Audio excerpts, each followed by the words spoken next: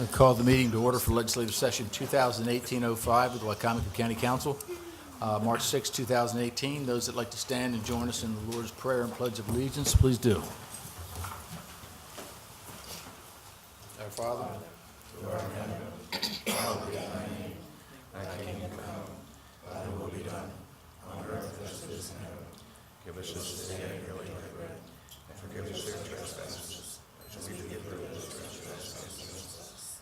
Lead us not into temptation, but deliver us from evil. Thine is the kingdom, the power, and the glory forever. Amen. Pledge allegiance to the flag of the United States of America, and to the republic for which it stands, one nation, under God, indivisible, with liberty and justice for all.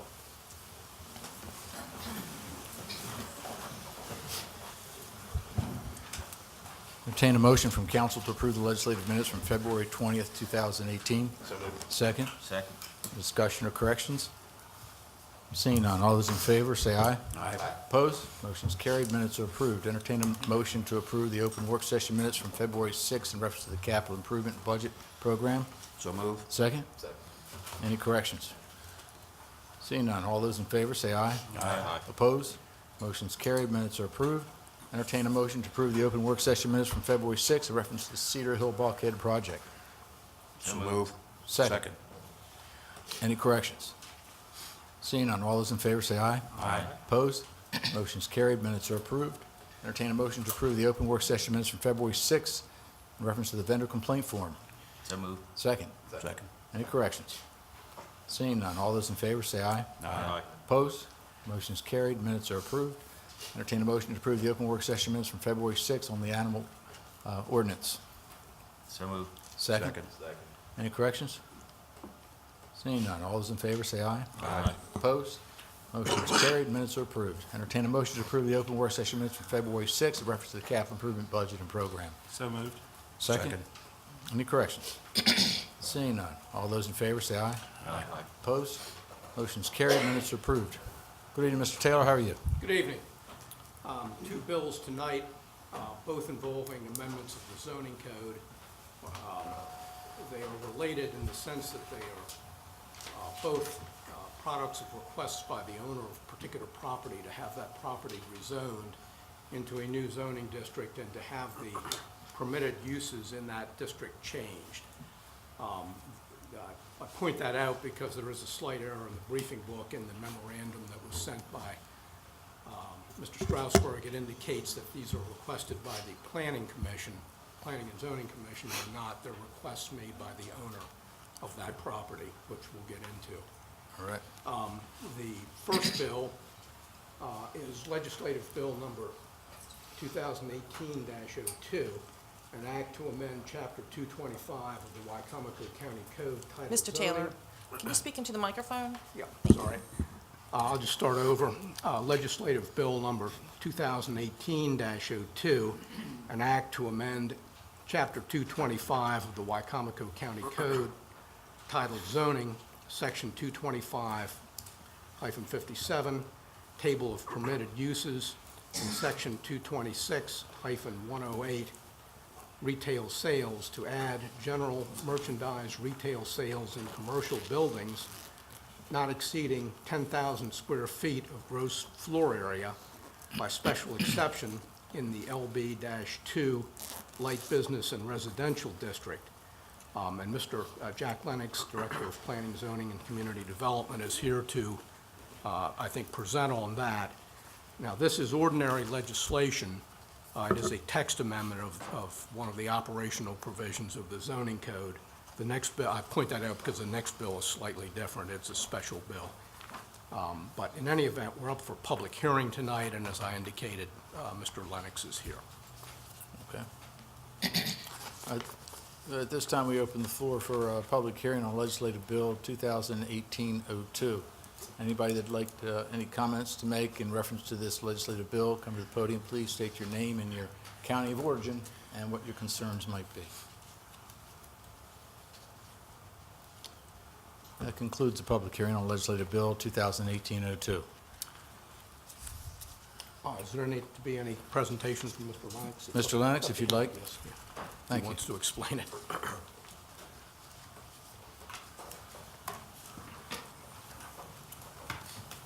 Good evening. Thank you, Mr. President. Good evening, council members. Good evening. I would like to ask your patience. I've had some dental work today. I'll do my best to speak into the microphone and to be as succinct as possible. I'd like to enter into your record the report of the Planning Commission, which references findings included in the staff report following their public hearing of December 21st, 2017. As Mr. Taylor mentioned, this and the following article have been initiated privately, so they are considered petitioned articles. However, they were well received by the commission, and I believe primarily because they are in accordance with the recent comprehensive plan adopted by the council and executive. So what we're starting to see is the beginning of implementation of that plan in terms of zoning changes. When you see the changes, you see both text changes and map changes. And that's the sequence that Mr. Taylor explained to you. So the particular article in front of you right now deals very specifically with a change to the light business and residential district generically. I'll point out to you that in the county right now, there is one light business and residential district. And that's located on Route 50, basically from American Legion Drive to Boundary Lane. That probably tells you what the purpose of that district is. It's a transition. So what's happening is that the council, in adopting the new comp plan, saw a need to have, in some cases, additional districts, although those are not in front of you today, that would serve as a transition. So this does not get into the residential districts, but provides for that transition along arterial roads. The existing one, Route 50, and the one you'll discuss later, obviously Nanticoke Road. The comp plan saw a need to provide for some limited additional retail, considering it of a neighborhood scale, hence the cap of 10,000 square feet in this instance. So the text change includes that by special exception. That means Board of Appeals, public hearing. They have to meet that criteria and caps it at 10,000. Okay. Any questions? So, I mean, this is more on the zoning change, but is there, you know, we're doing this for a small section of land. I mean, is there a need to do a more comprehensive change in zoning for the entire county now that we've adopted a comprehensive plan, or is there much change needed? One of the policy discussions that the council had with the comp plan was whether to enact it all at once or deal with it individually. And I know that you spent a lot of time on this. You know that there are things that make sense today, and there are things that might make sense in 10 years or 20 years, depending on the market and depending on the interest of property owners. If we find we're making these in such a fashion that we do see it desirable to do it all at once, we do a comprehensive rezoning of the county. That opens up a lot of discussion in a lot of neighborhoods and is an approach you can take. So far, the direction that we had gotten as staff was to allow property owners now to, on their schedule, fit into the county plan. This just happens to be the first in front of you. I believe there will obviously be others as well.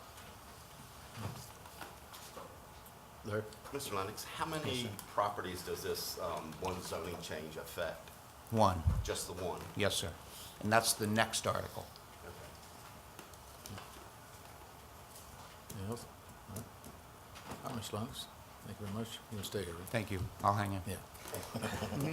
Mr. Taylor? That's it, unless somebody else is going to comment, and I think the public hearing part's over.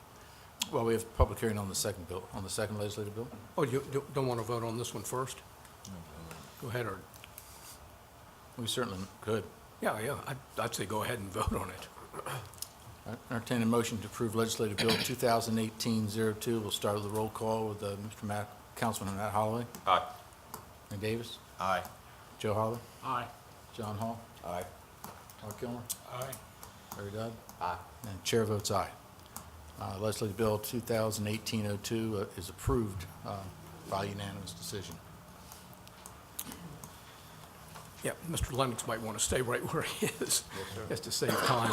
The second bill, again for public hearing, is legislative bill number 2018-03, an act to amend Chapter 225 of the Wicomico County Code titled Zoning, amending the map entitled Wicomico County Official Zoning Map, referred to in Section 225-16, to rezone property consisting of 4.12 acres, more or less, situated in the Salisbury Election District, Wicomico County, Maryland, bounded on the northerly side of Nanticoke Road, westerly side of Kenny Drive, and southerly side of Old Quantico Road. The property is shown and designated on county tax map number 37 as parcel number 66. The property is to be rezoned from R8 residential to LB-2 light business and residential. And again, Mr. Lennox is here to present from the Planning Commission's action what happened in that matter. Before he speaks, however, I might just point out why this is different special legislation. A rezoning of a specific piece of property is what's called piecemeal rezoning. I sent you all a memo on this, and I'll be very summary on it because you have had a chance to look at the memo, I hope. But in any event, the difference between this and comprehensive zoning is comprehensive zoning treats either the entire county or large sections of the county. It doesn't have to be the entire county. All the properties, all rezoned at one time. Now, that doesn't necessarily mean they change the zoning district, but at least it's considered on a property-by-property basis. This is just for a specific property, and it's the name piecemeal, kind of a slang term, is used to describe it. The code discusses it. It's permitted under the code, and that's why we're here. But in addition to what's in the code, the case law in Maryland, and there's a lot of cases on piecemeal rezonings, I can tell you, probably 100 at least over the years, have established some special requirements. One is the so-called change mistake rule, and I've mentioned it. I'm sure Mr. Lennox will speak about that a little bit, so I won't get in the weeds right now on that. But the other part of it is, it's considered to be the council's action is what they call quasi-judicial. So it's a little different from normal legislation. It's a little bit like an analogy would be a trial. The person who's the property owner asking for rezoning has got to essentially establish why it should be rezoned. The procedure for this, Ms. Hurley and I looked to see if there were any rules for council procedure on this, and we couldn't find any. I'm not aware of any, and she isn't either. And I think one of the reasons for that might be that there hasn't been a piecemeal rezoning in the county for a number of years. I'm guessing maybe going on 20 years, maybe more. And even then, there weren't many. So maybe there are some rules somewhere, but we couldn't find them. I've suggested and talked to Mr. Cannon about this, that we follow rules that are in general application in other jurisdictions that do this kind of zoning, and particularly that do it a little bit more frequently than we do. And a couple of the parameters of that are that, number one, the witnesses would be sworn, and number two, there would be an order of presentation. And the order of presentation that I'm suggesting, and this is very common, is that the Planning Commission part of it be discussed first by Mr. Lennox, and then the applicant for this zoning speak and present whatever he or she wants to present. And then if there are any people who are opposed to it, the technical term is protestants, that they speak. And other than Mr. Lennox, I would suggest they speak from the podium. I think all the witnesses can be sworn at one time, and I would ask that when they come to the podium, that they just state their name and address and state that they've been sworn. And I'll do that now, and I would ask anybody who plans on speaking to say "I do" when I repeat the oath language. And the oath language is, do you solemnly swear or affirm under the penalties of perjury that the response that you give and statements that you make will be the whole truth and nothing but the truth? And if that's your view, if you'd say yes, so we can hear it. I do. Could we have Or I them, do, that's Mr. fine, Taylor, too. could we have them stand and just so we know we're covering all our bases That's here? fine. I mean, this is fine. new. I just like to know That's where all the fine, I I do's wasn't are going to coming be that onerous. from. Okay, great. And everybody said, Yeah. I do, we're all straight. Okay, I just want to I know heard where them we all. are. I think Thank we're fine there. So I'll turn it over to Mr. Lennox then. We'll start with Thanks. Thank you, Mr. President. As in the previous item, I'd like to enter the report of the Planning Commission for your record. That includes the associated staff report and the findings outlined in the staff report, with the obvious intent that if the council accepts the commission recommendation, which in this case is in support of the petitioner, that you will include those by reference in your action.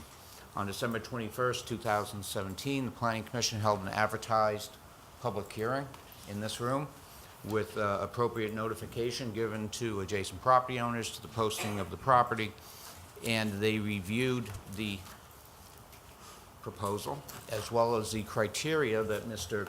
Taylor alluded to in the state of Maryland, where you have to demonstrate for a map change, and again, we're into map change, you have to document change or mistake. I'm recalling that since the new zoning code in 2004, you have done one map change, I believe, and that was deemed a mistake. In this particular instance, you're looking at change, and the change is actually goes back to the comp plan. When we held many workshops and public hearings, and it was ultimately acknowledged that since the previous comprehensive plan, that there had been a change in the Nanacoke Road corridor.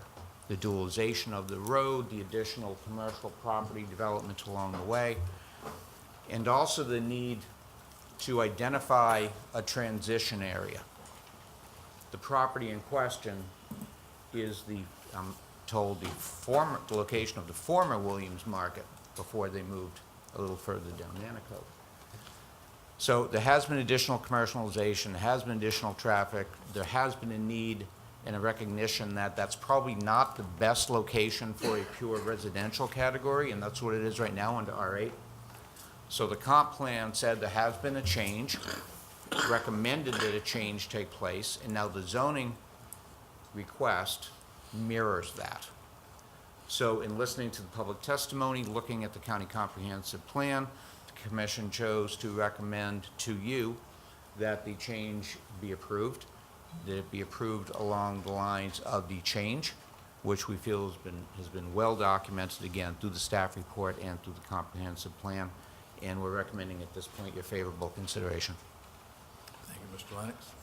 At this time, we open the floor for public hearing on Legislative Bill 2018-03. If you have any comments you'd like to make, come to the podium, please, and state your concerns or your position.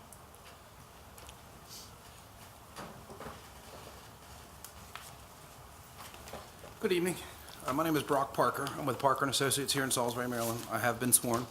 As the applicant's representation, we're doing the civil engineering and land planning for the project. I feel like I have to at least make a presentation so we can check that box on the new rules of order. I don't want to belabor the point, but I would certainly like to echo what Jack has said. He's stated it very artfully and couldn't have said it better myself. We would like to respectfully request that you adopt the findings that the Planning Commission has made and rezone this property based on a change. If you'd like, I can elaborate, but I think I'll save us all the time and effort if that's okay with you. All right. Thank you, Mr. Parker. Thank you for having us. Any other comments? Seeing none, that concludes the public hearing. Mr. Cannon, I think Mr. Lennox introduced the Planning Commission file essentially on this. That should be marked, I think, as Planning Commission Exhibit 1. I think that's essentially what's in the briefing book, isn't it, Jack? I haven't seen it, but, so that would be essentially an exhibit in this hearing. Okay, It's the only one, since nobody else spoke. okay, all right. Anything else? Anything from council? All right, thank you for walking us through that, Mr. Taylor. Thank you, Mr. Lennox. At this point, we will be moving on with Mrs. Hurley. Good evening, Mr. President, council members, ladies and gentlemen. And Mr. Taylor, I'm following your advice. Well, this would be an opportunity for the council to discuss the matter as desired. It could vote on it tonight. I think, as I pointed out in the memo, it's a good idea to have findings of fact. They don't necessarily have to be written, they can be. But whatever they are, they should be specific as to the points outlined in the memo. I can go over those if you want me to. Well, I don't know if it's required. I mean, this time for the record, I think the council, I think, we've asked, I think they don't have questions. We could certainly move forward on the vote, but as I said before, I was trying to follow what your recommendations had originally been. Well, the recommendation is, no matter when you vote, is to essentially have findings that you've adopted, discussed as desired and adopted. You could do that by adopting the findings that were made by the Planning Commission, which I believe in this case are stated in the staff report. Or you could discuss it further and make whatever findings you care to make. Well, is that somewhat of a foregone conclusion, or are you saying that we need a consensus here to formally adopt them? Well, you either need a vote or a consensus. I mean, ordinary practice where there's some matter of discussion on a particular rezoning is normally for the council to discuss it informally. Essentially, you would be having a work session. And if they can't be hammered out right at that time, to come back at a later meeting and have somebody prepare them in the meantime based on what your consensus is, and then finally adopt them. But you could, if you want to skip over that second meeting, you can adopt them tonight, but there should be findings. And as I say, you can either discuss them and make your own. If you think the findings that are in the staff report, which are the ones that the Planning Commission essentially adopted, you could do that as well. I mean, it's your decision, essentially. Can we get a consensus from the council to consider the Planning Commission's report as adopted along with this legislation? I mean, as someone who drives by this on a daily basis, the Planning Commission seems to have gotten it right, in the way that corridors changed there. So I would say that I'm in favor of adopting their findings as our findings and move forward. Okay. Do we have a consensus on this? Yes. We do. Okay, fine. Entertain a motion to approve legislative bill number 2018-03. We'll start with Councilman Hall. Aye. Councilman Kilmer? Aye. Councilman Dodd? Aye. Councilman Joe Holloway? Aye. Councilman Davis? Aye. Councilman Matt Holloway? Aye. Chair votes aye unanimously. Legislative bill number 2018-03 has been approved. Great, Thank you, Mr. Lennox. Thank you, Mr. Thank you very much, gentlemen. Thank you, Mr. Taylor. And that's all I have. Good, thank you. We do have here tonight our state's attorney, Mr. Jamie Dykes. Glad to have you here tonight. Sheriff Mike Lewis, good to have you here. Mrs. Hurley, good evening. Okay, good evening, Mr. President, council members, ladies and gentlemen. I'd like to make one announcement, in that there is a change to the agenda for this evening. We added a work session to discuss House Bill 1476 and House Bill 1595. The updated agenda is posted on the county's website, and it's also on the council table. Okay, moving on, the next item on the agenda is Resolution Number 21, 2018, confirming the appointment of Mr. Ernie Colburn to the Wicomico County Ethics Commission. The Ethics Commission provides published advisory opinions and makes determinations regarding complaints filed by any person alleging violations of the ethics law. The Ethics Commission is also responsible for all forms required under the ethics law and are responsible for developing procedures and policies for advisory opinion requests and processing of complaints, as well as to conduct a public information program regarding the purpose and application of the ethics law. Thank you, Ms. Hurley. Entertain a motion to approve Resolution 21-2018. So moved. Second. Second. Discussion. All those in favor, say aye. Aye. Opposed? Motion passes. Motion's approved. Resolution passes.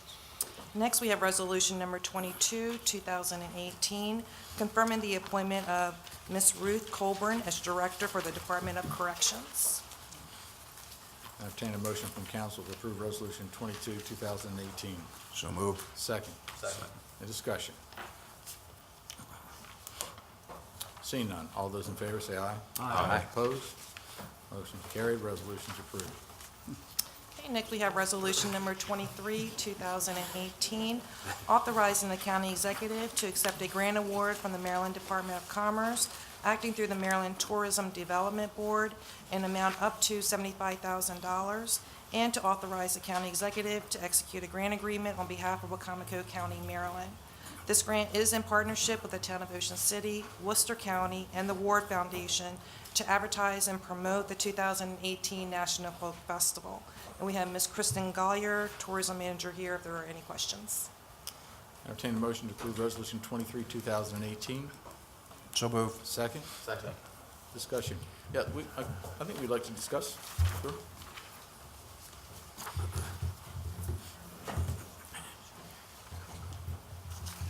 I didn't know she did.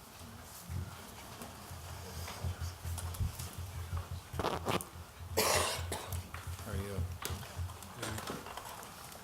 Steve? Good evening. Just announce yourself for the public. Sure. I'm Kristen Geller with Wicomico County Tourism. Thank you. Steve Miller, Director of Wicomico County Rec Parks Tourism. Thank you. If you give us just an overview of where we are and what we've done. Sure. So we've applied for and we've been awarded a grant. It's a private sector consumer advertising grant from the Maryland Office of Tourism to help promote the National Folk Festival out of market. So we've partnered with Ocean City and Worcester County to put together the application as well as the Ward Foundation. So in partnership, we'd be contributing a total of $75,000 and then the state would match that. So it would give us a total budget of $150,000 to promote the festival out of market. Any other questions? And this is specifically, do we have guidelines as far as what we're planning to do with these funds? Yes, so we will report back to the state after the campaign runs, but we've worked with Ocean City and Worcester to put together a tentative schedule. Right. So we'll be doing some print, billboard advertising, and then heavily on social and web-based advertising. And we're targeting Baltimore, DC, Philadelphia, and in Harrisburg, those markets. And then we're also targeting the Ocean City beach traffic. So we have some billboards planned for Route 50 and some sort of non-traditional advertising in Ocean City for the summer to capture that audience as well. Good, great. Any questions? Seeing none. All those in favor of Resolution 23, 2018, say aye. Aye. Opposed? Motion's carried, resolution's approved. Thank you. Thank you very much. Thank you. Mr. President, that's all I have. Thank you.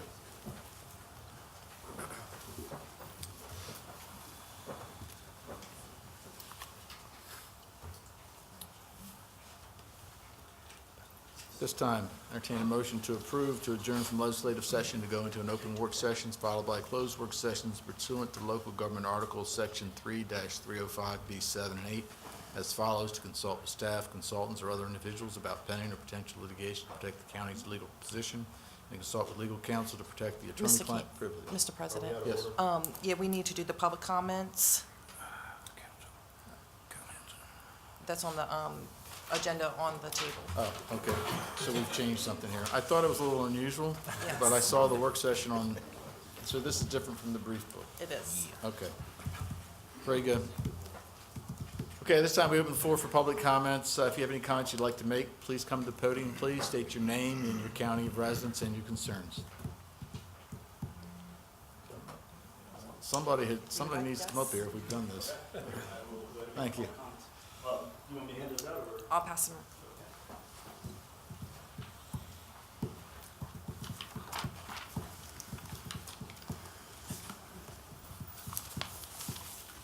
Good evening. Good evening. My name is Rob Garcia. I live in Salisbury. I'm representing myself. I'm also a firefighter, but I'm here to talk about the fire department. I'm pretty sure you heard a lot about them last year. I'm here to speak about Wicomico, Salisbury Wicomico 2.0. A little background on this. Recently, last year, Amazon caused quite a stir when they announced they were looking for a second headquarters, promising 50,000 jobs and $5 billion worth of investment. However, Amazon was not looking for a super fulfillment center. What they were looking for was an area to support their technology for Amazon Web Services. Amazon Web Services is the largest cloud-based provider in the world and accounts for 75% of Amazon's profits. So as a research project, I went ahead and looked out to see what it would take for Salisbury and Wicomico to go ahead and support a technology company like that. And my results were pretty surprising. Our power grid is good enough to support several data centers or supercomputer clusters. Thanks to the Maryland Broadband Cooperative, we've got some of the fastest bandwidth in the world. We have plenty of commercial space, and we are cheap. We're about 30% at the cheapest than across the bridge. Palo Alto and San Jose are about 5 times more expensive than they are here in Salisbury. Our problem is people. We've never had them. Our largest employers are government, manufacturing, healthcare services, and education. When we go ahead and we bring them over here, if they're not local, they have a tendency to go away. I spoke to somebody at Wallace Island. She told me when she recruited, after 1 year, they went ahead and they started looking for jobs over at Greenbelt. People who do come here, another person at Wallace Island told me about the boom when the space shuttle program closed down. All these engineers came up to Wallace Island to go and work, but then as soon as SpaceX started hiring, they all went away. I've spoken to a couple people. I spoke to the city council last week. I've spoken to Dave Ryan just yesterday. And the thing is that what we're trying to do is we're trying to figure out a way to go in and future-proof our pipeline. We have all the big pieces. Everything is paid for. The bandwidth's paid for. The buildings are paid for. The power grid's paid for. All we got to do is just go ahead and start building up our local groups. It's going to take a couple years, but there's certain things that cost no expense that the county and the city can go ahead and do. For example, if the Board of Education would go ahead and submit students every month or every quarter for recognition by the boards, well, what that would do is by the councils, that would go ahead and show a commitment to STEM, and that will also go ahead and provide the children with something to go ahead and put on their resumes and college applications later on. You could go ahead and expand the Wicomico Economic Impact Scholarship to go ahead and include a little bit of STEM. As far as the people going ahead and using the Gale course at a Wicomico County Library, you could go ahead and provide them with an incentive saying, we're going to give you deferred rent, lowered rent, same as we do over to the River's Edge Apartments, and also go ahead and bring them together like the Living Learning Community at Salisbury University does. The Maryland STEM Festival is always looking for places to go. We can go ahead and give them at the Civic Center and say, hey, all it does is takes a phone call and say, hey, would you like to come to Salisbury? Just show a little bit of work. And most importantly, we need an advocacy group to be able to go across the bridge and say, hey, we're Wicomico County. We've got the power. We've got the bandwidth. We've got the space. We're cheap. And you tell me what you need people-wise, I'll find a local to fill that job. And there's a lot of people that want to go ahead and help. I spoke to the VFW. They want to go ahead. They're more than willing to go ahead and send a representative to go down to the bases and say, hey, would you like to come over to Salisbury? You know, they carry clearances, they carry benefits, they carry experience. They could go in and attract some of those companies, especially Northrop Grumman that just bought Orbital ATK and is moving into Wallace Island. So in this paper, there's a bunch of recommendations. I just asked you to go ahead and look at it, start off the discussion. The reason being is that when these companies have a discussion about where they want to move to, we want Salisbury and Wicomico County to be part of that discussion. So thank you very much. Thank you, Mr. Garcia. Any other public comments? Council comments? Seeing none. Now we can get back to where we were, right? Entertain a motion to adjourn from the legislative session to go into open work sessions followed by closed work sessions pursuant to local government article section 3-305B7 and 8 as follows. Consult with staff, consultants, or other individuals about pending or potential litigation to protect the county's legal position. and to consult with legal counsel to protect the attorney-client privilege. Need a motion? So moved. Second? Second. All those in favor? Opposed? Meeting is adjourned. First item on the open work session is the rural legacy easement acquisition. Mr. Lennox, are you going to be Yes, doing this tonight? Thank you. This? This? No. Good evening. Good evening. Thank you. Mr. President, for the record, Jack Lennox, Planning and Zoning Director, along with Kate Patton, who's Executive Director of the Lower Shore Land Trust.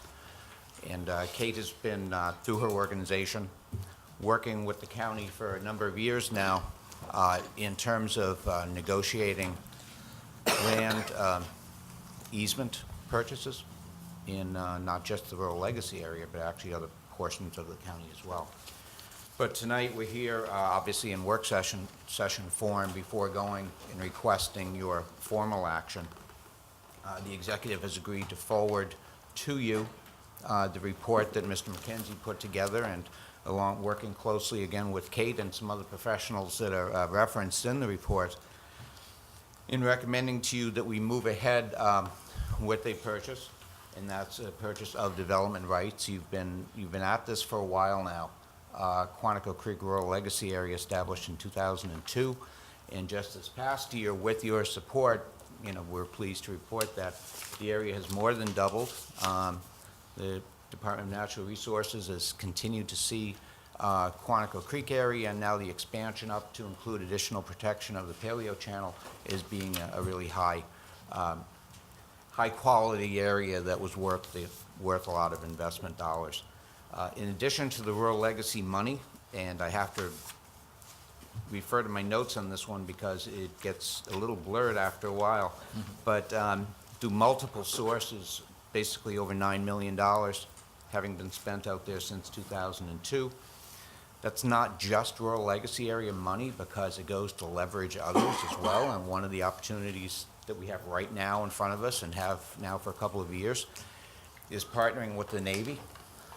They are concerned clearly about the impact from, potential impact, I guess, from Pax River. I think it's the last page in your report actually shows the area that they get concerned about, and in fact, it's great to see that not only are they telling people what they would prefer they not do with their property, their personal property, but they're actually willing to come up with the money to do that.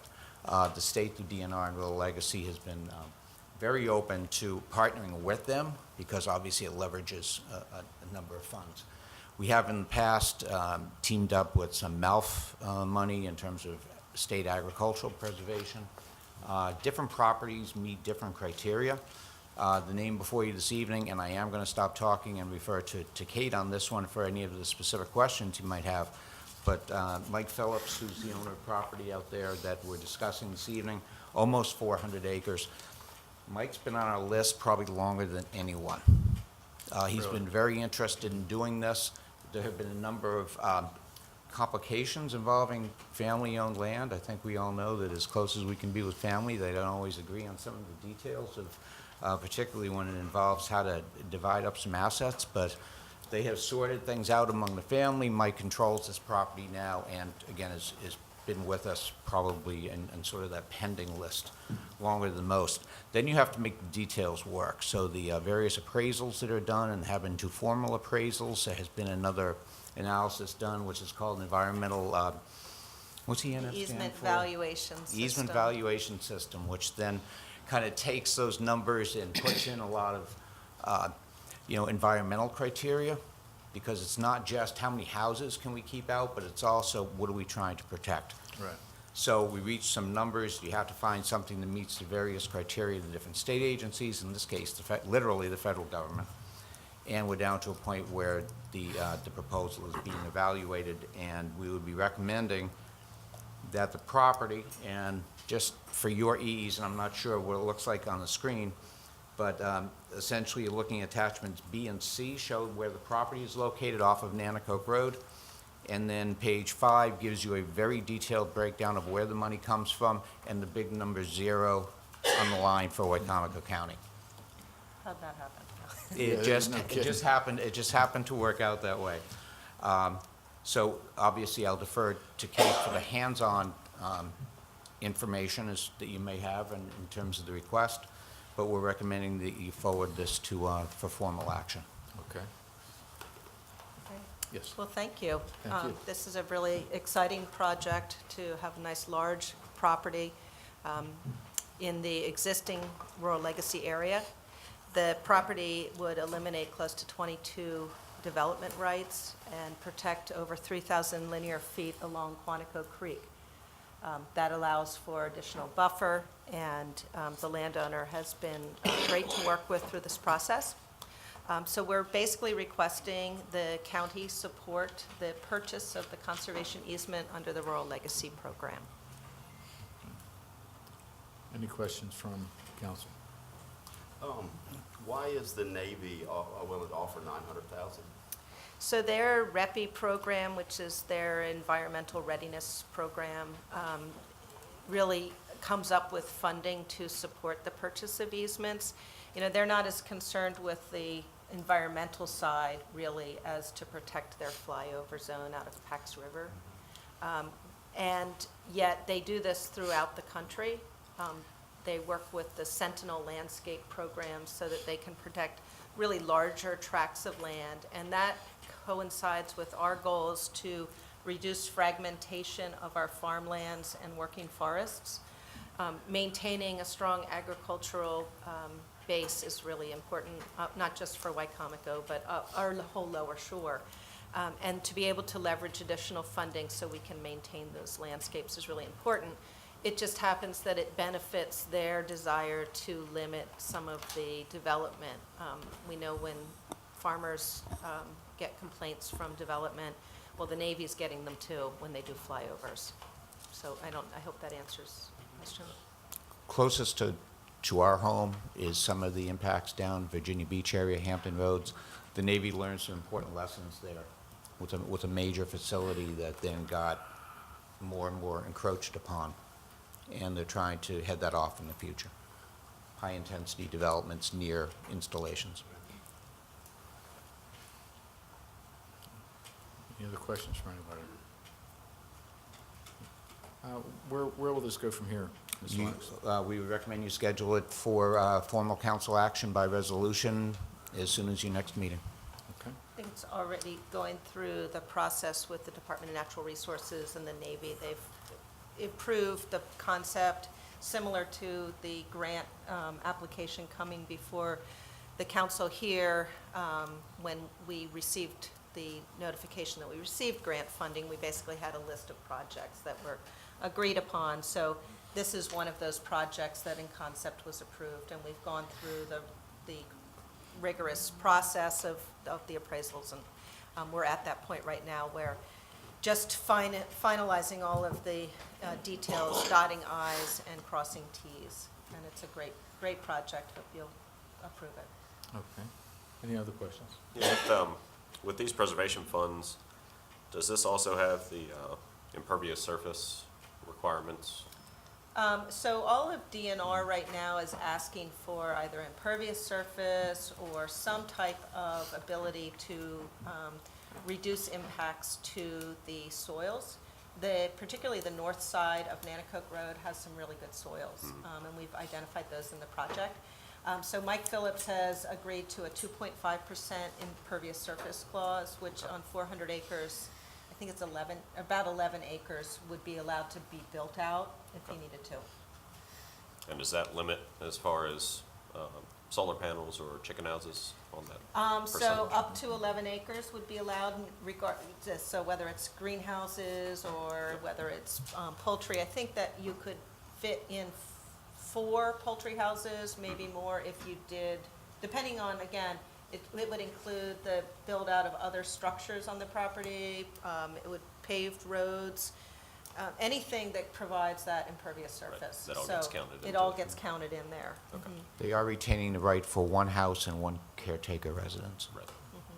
which would count towards that. Is that on the north side of Nanticoke, or So do the they way get to that it choose? looks out is that the north side would be the primary and the south side would be the accessory. Okay.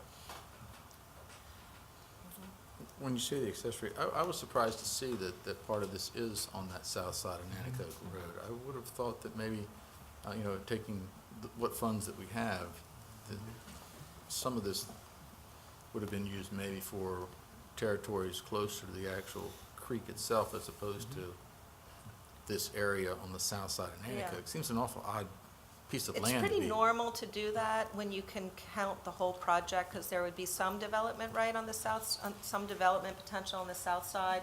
But it also allows us to put some of the conservation protections on the forestry areas. So to be able to ensure that there is the forest management in place, that's pretty critical to protecting the overall water quality of the watershed. Was part of this arrangement that it was like, we take the entire piece or none? I mean, we would be in a situation where we would be open for additional development and additional actions that could, in the future, impact that forest area. So this allows for better protection overall. Okay. Yeah, I mean, that's, I think, a great question. But it's important to retain that intact, the whole parcel. Okay. Any other questions? Mr. President, Ms. Hurley? due to the size of the easement, council may want to consider having a public hearing on this. It's not a legal requirement, but it's certainly something that council can do if you desire to do that.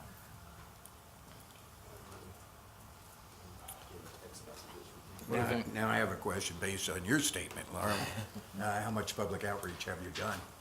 We've done a lot. I think that going into this round, we did regular mailings. We targeted landowners within the rural legacy area about the availability.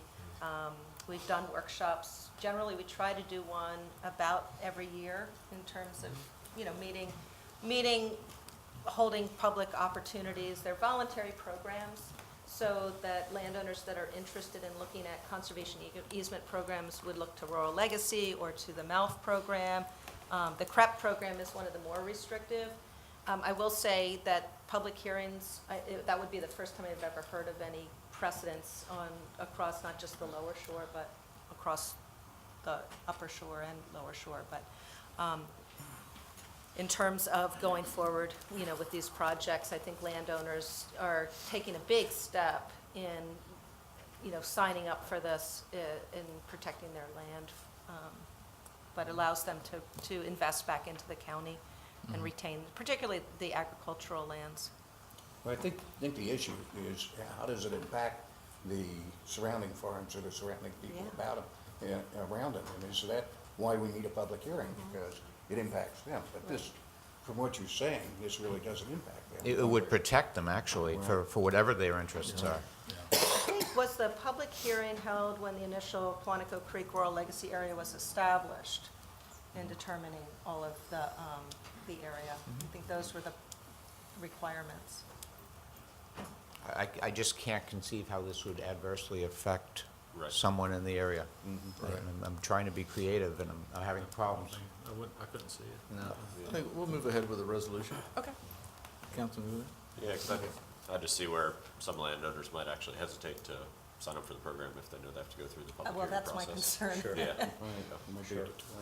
Could I point out, since we are on the record, any property owners who are in the area, near the area, think they might be near the area, please contact us. We're hoping to have additional funds and try to help as many folks as we can. And as a matter of fact, in the expansion, we for a number of years prior to the expansion, we had landowners coming to us saying, we're just outside of the area, we want to participate. And so again, thank you for going forward with that. Sure. Thank you for your consideration, Ms. Hurley, and we'll put it on the next meeting agenda. How's that? Okay. Great. Any other questions? Thank you both very much. Next item on the agenda is the Public Safety Building. Mr. Strasburg, good evening.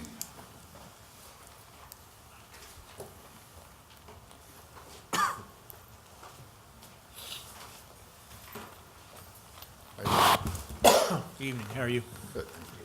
Ask Sheriff Lewis to join me this evening. I can give you a brief update. We had project team had a subsequent meeting with Crosby and Associates on March the 1st.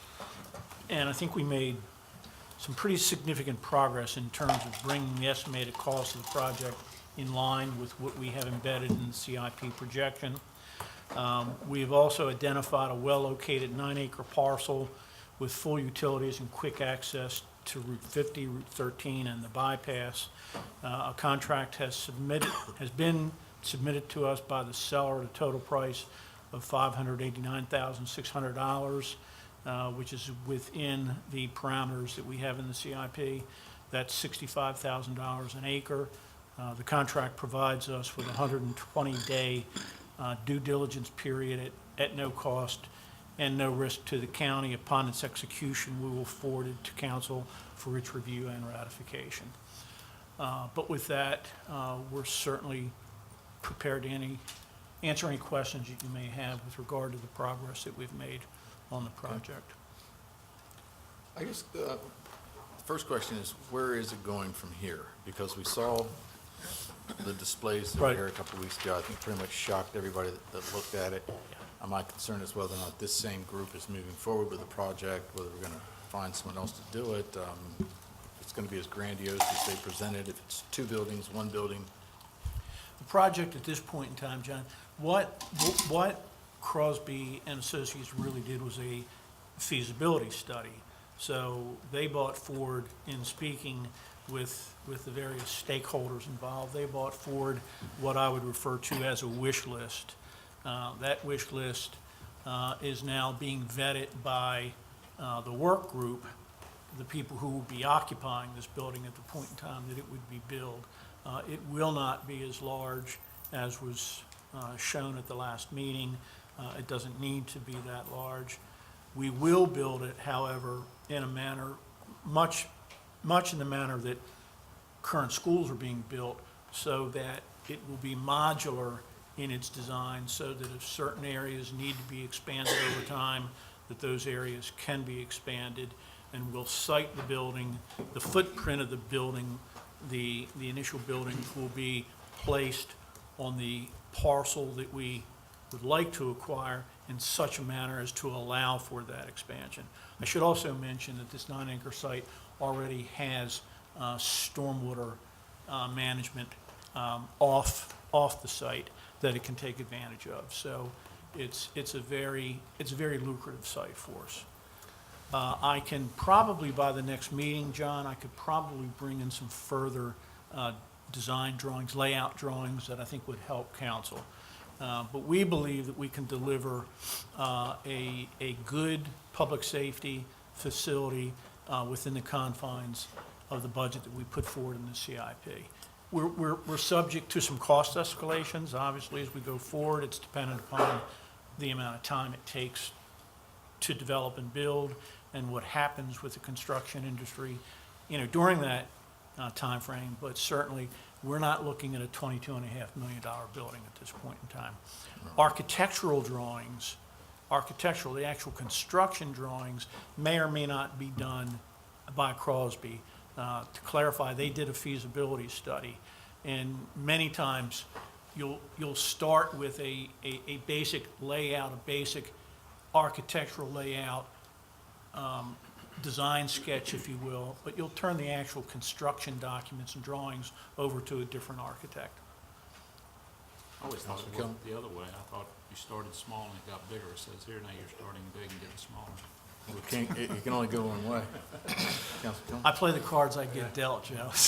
So are you still looking at a emergency services building and a sheriff's building at the same time in the same At the either same build site. at the same site? At the same So- site, expandable over time, Okay.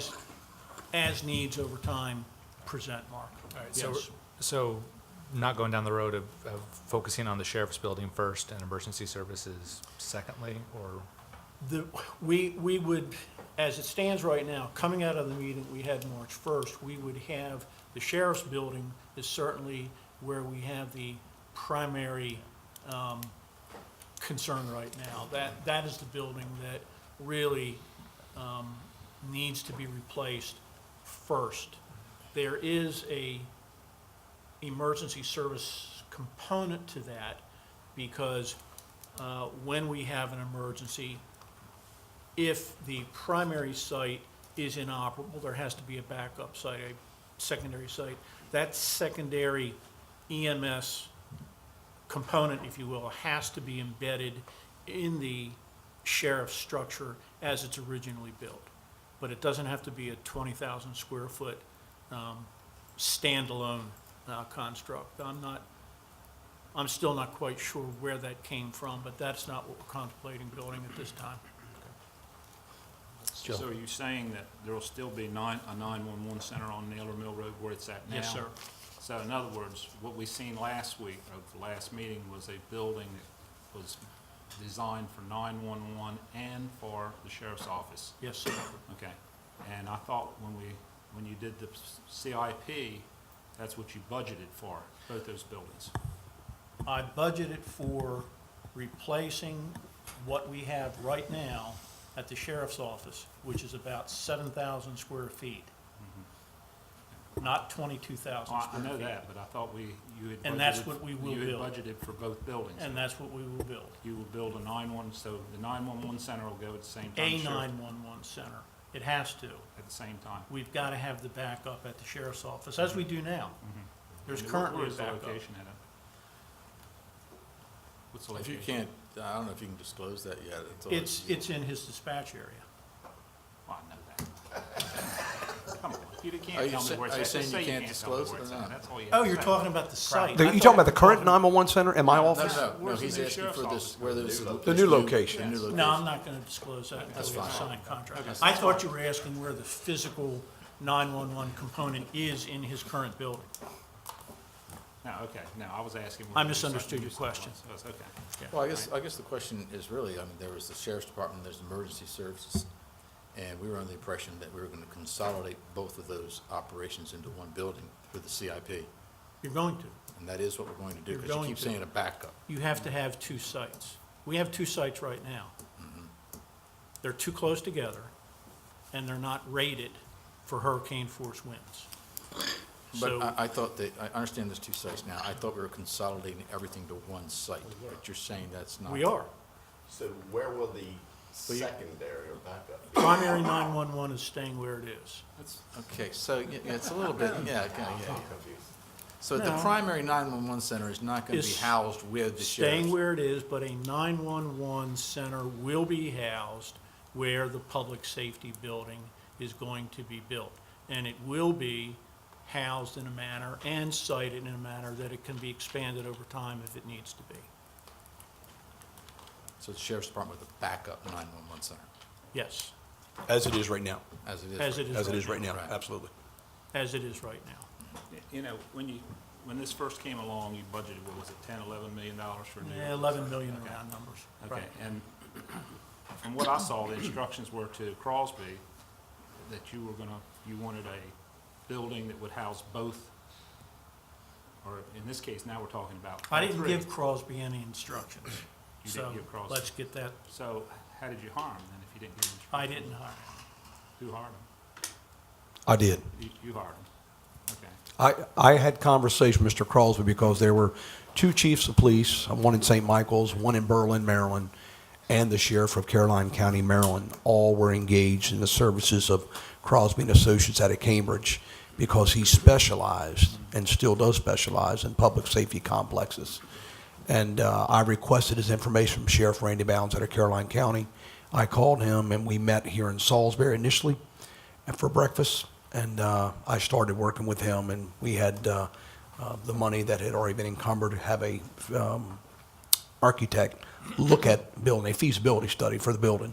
And he specialized in public safety complexes, and I don't know anyone else that does. I don't. Yeah. So when they- That's not my bailiwick. I understand. But I started communicating with him because I was so enamored with the work that he had done over at Berlin PD and what they were and what he had done over in St. Michael's. And then, of course, when I talked with Sheriff Randy Bounds, and he was very impressed with him as well. So So when they came to us like 2 weeks ago with the plans for a sheriff's office and a complete 911 center, a complete move is what they came to us with. So is that the instructions you gave him? He actually met with Dave Shipley, our director over at the 911 center as well. So there's instructions from you and Dave Shipley. Okay. That brought about this. Design. This design, so. Yes, sir. So now we're not gonna bring the complete 911 center on site, we're just gonna bring a sheriff's office and a backup 911 center. We're going to bring on site what we believe we need and what we can afford. Okay. So it's completely different than what we were told last time. So I think we are all on the same page up here anyway, that when we saw the budget requests, we were under the impression that you, the sheriff, would get a new office, and emergency services, which includes the 911 center, the dispatcher for fire and EMS, would be in the same building. Is that what we all thought?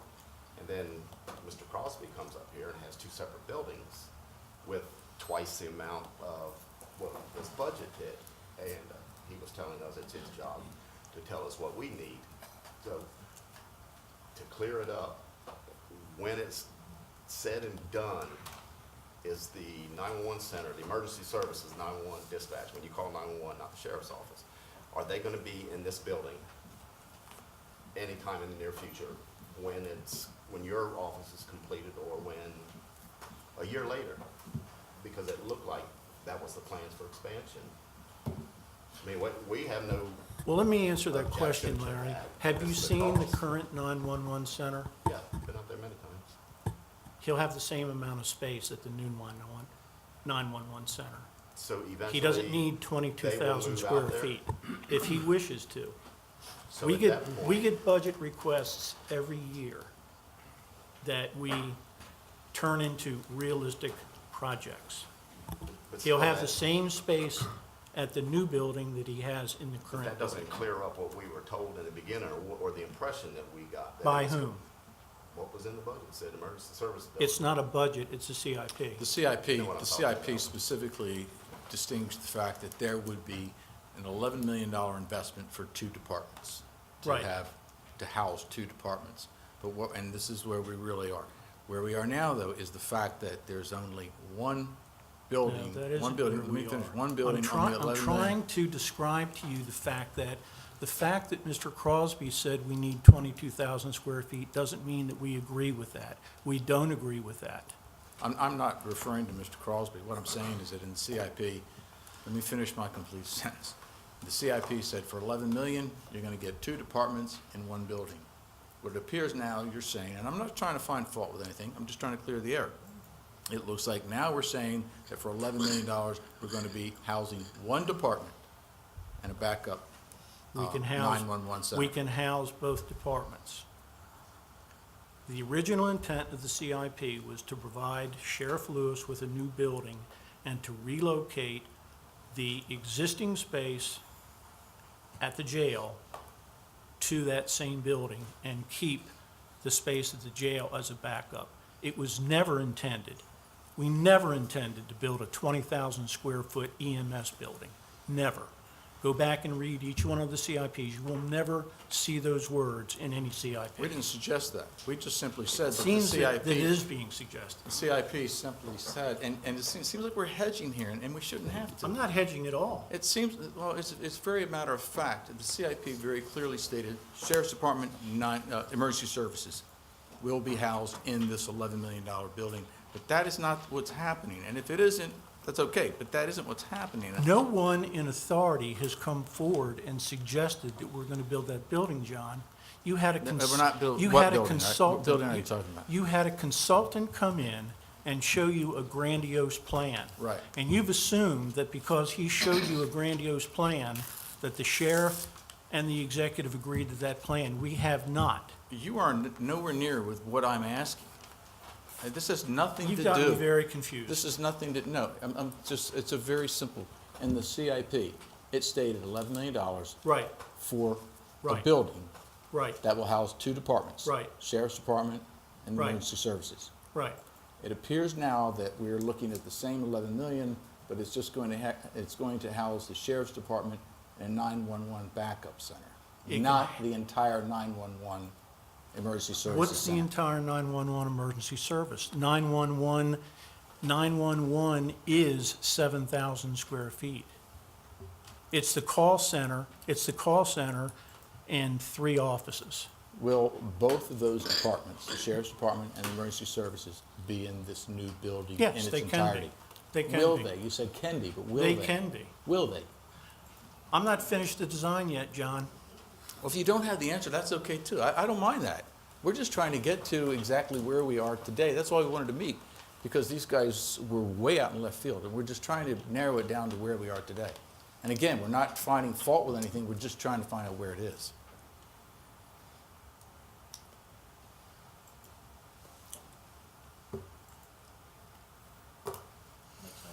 What's our next step? We're going to continue with the process. Okay, and you understand why we're here, really, is because, I mean, there's a planning process in place for a reason. Correct. And it got way out in left field there for about a couple of weeks with these guys. We want to make sure we're maybe back on even keel, and that it's going to come in, as was anticipated. I thought I made it very clear at the last meeting that there was no way, in no way, was the executive or the sheriff going to put forward a proposition to build the structure that Mr. Crosby showed. And we're Understood. here discussing- Understood And we're 100%. here discussing the same thing again, and I'm not quite sure why. No, we're not. We're trying to find exactly where we're going with this. We're going That plan we know is off the table. we're going forward with planning what we have proposed in the CIP. I can tell you when I first saw the plans that you saw at the council meeting, I was taken aback. I mean, it was much more grandiose than I ever Sure. anticipated. Sure. That design was not my design at all. Right.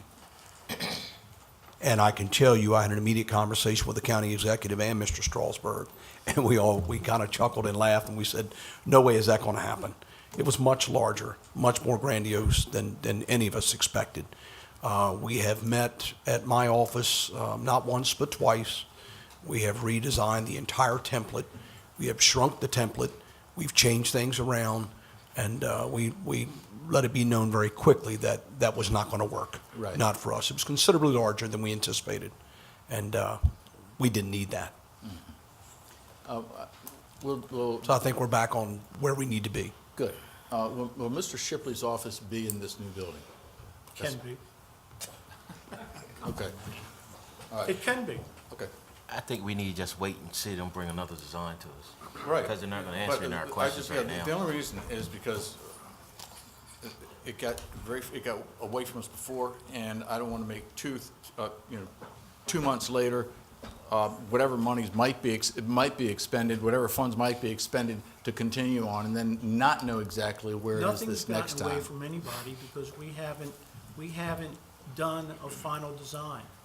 You're reacting to a feasibility design that was rejected by the executive and by the sheriff. Nothing's gotten away from anybody. Any other questions? I just wish when Mr. Crosby was here, you would have put a stop to him after he said we needed a $21,000 building. I didn't agree. I came forward and told you we would not support that design. I don't know where you guys are coming with this, Larry. When did I say I agreed with that? Well, we've been sitting here for. When did I 2 say I weeks. agreed to that? You didn't stop him? Wasn't my place to stop him. The man was making a presentation. You were sitting back there. Has Mr. Crosby been paid his 25,000?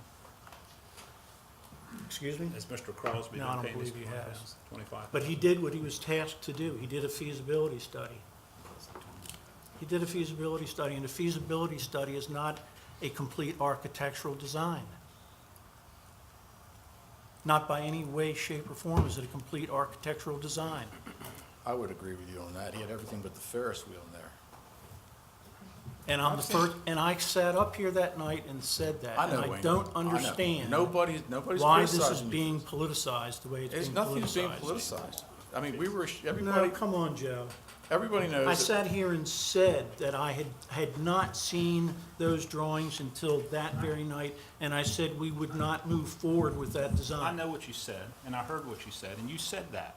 Yes, I But you did. also, in the CIP, it says $11 million for the 2 buildings, for the 2 departments. For the 2 departments. Right. And we Okay. can deliver that. I said Well, that You're at not the saying beginning you of will this deliver session. it for $11 million, you're saying you can. And then you said that some of them's gonna stay on Naylor Mill Road. I did not say that. You didn't say that tonight. I did not say that. What I said was, we can deliver what's in the CIP. I believe we can deliver it for what is in the CIP. I cannot tell you today what a building that's gonna take 2 years to design and build is gonna look like. I can't tell you that. And why you think I can is beyond my comprehension. I think part of the problem is we got a feasibility study. It's not feasible. I mean, it presented And some. that's what I said No, at the I know, last but, meeting. but I guess our concern is that how we got this. I mean, it seems like this feasibility study is completely useless to us because, I wouldn't say that. well, I wouldn't say it's completely useless. well, I wouldn't say that at all. I think that in large part, particularly with regard to what is going to be in the sheriff's building, it's very functional. And I think the manner in which it's been laid out allows for expansion over time. And I think it's a building that will last the county for quite some time. But you know, I've done large-scale development and construction for 40 years. A feasibility study is just a feasibility study. It is in no way, shape, or form what anyone guarantees is going to be built. It's just that. It's a feasibility study. He presented it that night. I sat here and said, that isn't gonna happen. yeah. We don't need that. We can't afford that. That isn't what we proposed, and I'm gonna go back to the drawing board, So, which is exactly what I've done. so on the drawing board, then, are we still using the basis, of what he showed us, and losing some aspects of it and things like that, or or is it? Yeah, we're losing about 15,000 square feet. Okay, and that scales it down. Yeah, 'cause he talked about, well, we can lose this or that. But it seems like we'd have to cut it in almost half. What I'm gonna tell you, Mark, is that where this thing got way off the rails was the EMS structure. There's no way we need a 22,000 square foot EMS structure. We just don't need that. We don't need it. And I wouldn't propose to build that right now. Would I propose siting a building on a land parcel that may allow for expansion over the next 20 years? Absolutely. Would I propose designing a building in a modular concept where it can be expanded over that time reasonably and at a reasonable cost? Yes, and that's how we'll lay it out. But I can't tell you tonight what I'm gonna do. I'm nowhere near being able to tell you what I'm gonna do. And I, for the life of me, I don't understand how you came away from the last meeting thinking that in my wildest dreams I was gonna propose anything like that, or that the executive was. Well, we had a gentleman sitting in front of us with a plan saying, in reality, this is what you need, or this is what you've got to have. And he was hired by, we thought, the executives department to tell us He was what we hired by needed. the county. Well, Mike said he hired him, but whoever hired him, but he was hired to tell us that this is what we needed and this is what we had to have. So when we have somebody come up and sit in front of us and present us with something and saying, in reality, I think that's what he said to John, this is what you gotta have, what are we supposed to do with it?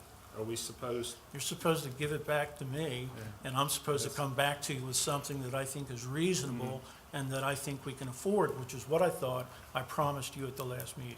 well, we hope that happens. It's my job to make that happen, and if I booted it in the CIP, and I don't have a good number in the CIP, I'm gonna be the first person to tell you, I booted it, I don't have a good number. But I'm also the first person to tell you, I'm not building a 44,000 square foot building to replace what nominally is 20,000 square feet, because I don't think that's reasonable I think- or affordable. I think in order to keep it in perspective as far as the council's reservations, this is not the first multi-million-dollar project Wicomico County has ever done, but it is certainly one of the most irregular processes we've ever experienced. And that's why the council has reservations. That's why we're asking the questions. I don't know why it's irregular, John, but and in my experience building these kinds of buildings, a feasibility study is is very, very regular. And you start with something that you may well not end up with because of things like fiscal constraints, or things that you learn, or people asking for things that you're simply just not going to agree to. Well, we're gonna have a difference of opinion on that. I just hope that, it doesn't become more costly with this particular group, because they certainly, I think, wasted a lot of They're money not here gonna initially. drive, no, they're not gonna drive the cost, John. We would drive the cost. I mean, we would drive the cost. Where they can help us, is what type of construction materials and processes are used for buildings of this type nowadays, given the climate that we all live in. What you have out there right now is nothing more than an office building built with drywall on the interior. If someone breaches that first door, there's nothing out there that's gonna stop any sort of a firearm around. You can't, you would not in good conscience build a building like that today. Does an RFP process allow for maybe a more controlled outcome? I don't think in this process, had this been a normal structure, had this been, hey, we need to build a new office complex, I would have gone out, I would have said, let's do an RFP. Right. Because that's ordinary, I don't wanna call it, that's typical construction. Office construction is office construction.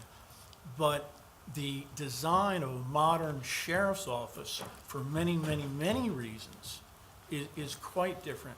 It's very, very specialized. I mean, I learned a great deal from sitting with this man and his group at this last meeting, talking about things that would probably never have occurred to me with regard to simple things like sight lines. If you get, Well, and I believe, I mean, but true, I would be easily impressed too, I'm Yeah. certain, Wayne, but, we have Becker Morgan, we have several other no, I understand architecture and that. engineering I firms understand that have built police stations quite successfully. Not recently, Recently, and not with, where? Becker Morgan built one, I believe it was in Easton, in Talbot County. I believe that was Crosby who designed that, was it not? They've built, I mean, it is a fact, I can't tell you exactly which county it is, I thought it was in Talbot County. Mike, I understand your reasoning for going with Crosby because of their history, and, and I applaud you for that. I guess, when we built the detention center, it was my understanding that they found a set of plans from a detention center in Pennsylvania, and they reviewed those and basically that's went the right. same, use it, kind of the same plans, because we were under the gun, I think, from the Department of Justice or something about the way the prisoners were housed at the time. And I was wondering, I know you say that Crosby has designed and built police stations locally. Have we looked at, on a national basis, size-wise, of someone who's built buildings? And I know police stations have to be built different than just an office building. Have we looked nationally whether somebody has built and designed a police station, basically the size that we need, that we could, I've talked to other sheriffs and other chiefs throughout the country on that. I mean, is there a chance of reviewing their plans and seeing if we're doing the same thing? Sure. I mean, maybe that's an idea Sure. that we need to do. I mean, the first thing I had to do, Joe, was to determine what size land parcel we need. I mean, that's the first stop here. And you can't get started until you know how much land you need. So, yes, we could do that. And we still may do that. Where we wanted, or where I wanted Crosby to land us was, look, this is essentially the footprint that you're gonna need. You're gonna need this size structure, and to accommodate that size structure, you're gonna need this size land parcel, depending upon stormwater requirements, this, that, and the other. So we were able, because one of the things we were very concerned about is we've got to site this, and the site parameters are kind of tight, believe it or not. I wouldn't have thought so at the beginning of this process, but then in speaking with Mike and speaking with Dave Shipley, you find that, now, wait a minute, we may think that there's a whole lot of land out there where we could site this structure. There really isn't. So from that standpoint, I've got a very clear handle on what we believe a proper footprint would be for our current needs, foreseeable future. What it may expand to in the future, what size parcel we're going to need to accommodate. And I think we've landed on that. I think we've got a really good parcel. I think we've got a very good layout for the sheriff's office, but there's a whole lot of work then that goes into, okay, what are the construction materials? You know, what is this puppy really going to cost? How do we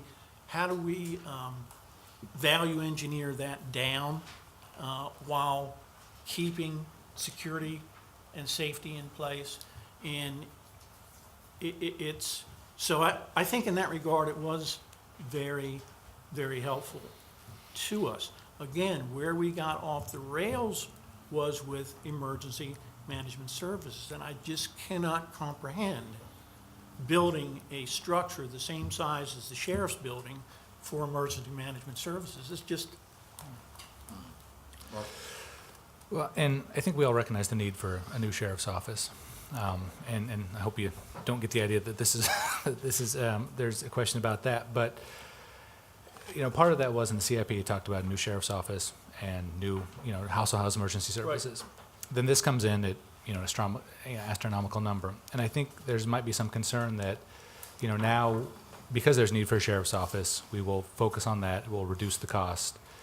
And then, you know, we'll get that at a reduced cost. You know, that's the way to reduce costs, forget emergency services. And then in 4 years, we'll come back and say, well, now we need a new emergency services building.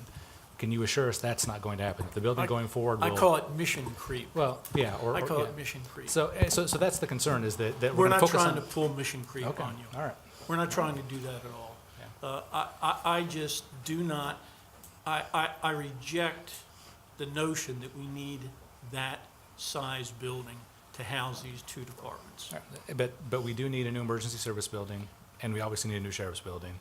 And we're working to get both of those in this, and we're not going to forget about emergency services and come back in a few years and be like, all right, well, here's what that is.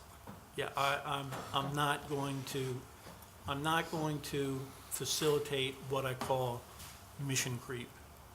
I wouldn't do that to the council, I wouldn't do that to the county. Any other questions? Next rabbit. Wayne, thank you very much. Sheriff, thank you, sir. Good seeing you. Next item on the agenda, we have the Compensation Allowance Commission recommendations. It's on the floor for discussion. Let's discuss. Is council looking to move forward with any recommendations?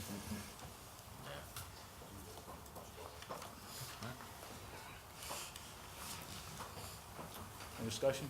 If there's no discussion, I'm going to assume that we're moving forward to the next item and that we're going to leave the Compensation Allowance Commission recommendations where they are, and we're not going to take them up on any of their recommendations. Do you want me to start? Certainly, John. Anybody can start, right? Yes, it's open floor. Well, for the county executive, I would recommend $110,000 annual salary. I know we had some questions about whether it should be phased in or whether it should be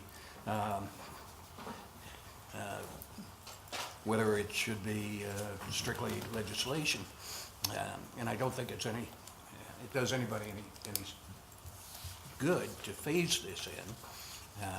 The next person who assumes this position, I don't think that the amount is based on who's going to be elected or who's going to come through this. I think that's according to the commission research that was done. This is a fair amount, not quite what they requested, but I think it puts us more in line on the Eastern Shore. Thank you, John. Any other comments? Is that all? Excuse me? We're done? Any other comments? Any opinion as far as John's suggestion? Well, I was in agreement with John, but I don't think that we have the votes to secure an increase in the pay of any of these parties, so I don't think it warrants further discussion. Okay. Any other discussion? Well, I think Matt probably has a read of the room, so. Excuse me? I think Matt has a read of the room there. Okay, all right, so we're moving on. The recommendation from the Compensation Allowance Commission recommendations, we are turning those down, and we'll move on to discussion of House Bill 1595 in reference to education. These were two bills that came to us, as everything is from Annapolis these days, with a sense of urgency.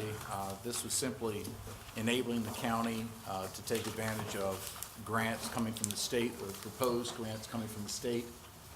From what I can tell, Mr. Taylor, I don't know if you've had a chance to review these or not. It doesn't seem as if there's any obligation on our part. There's not a concern where it might tie us into extended or exaggerated maintenance of effort.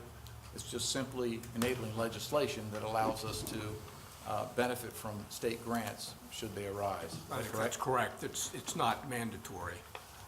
Yes, okay. So I guess really all we want to do is try to get a letter forward to Annapolis and support these bills as has been requested. Consensus? We're good? Okay on that end? All right. All right. Mrs. Hurley, if you could get the Draft letter. a letter of support for both bills. Yes, you don't mind. Okay, that being said, entertain a motion to adjourn the open work session so we can go into closed session. So moved. Second? All those in favor? Opposed? Means adjourned.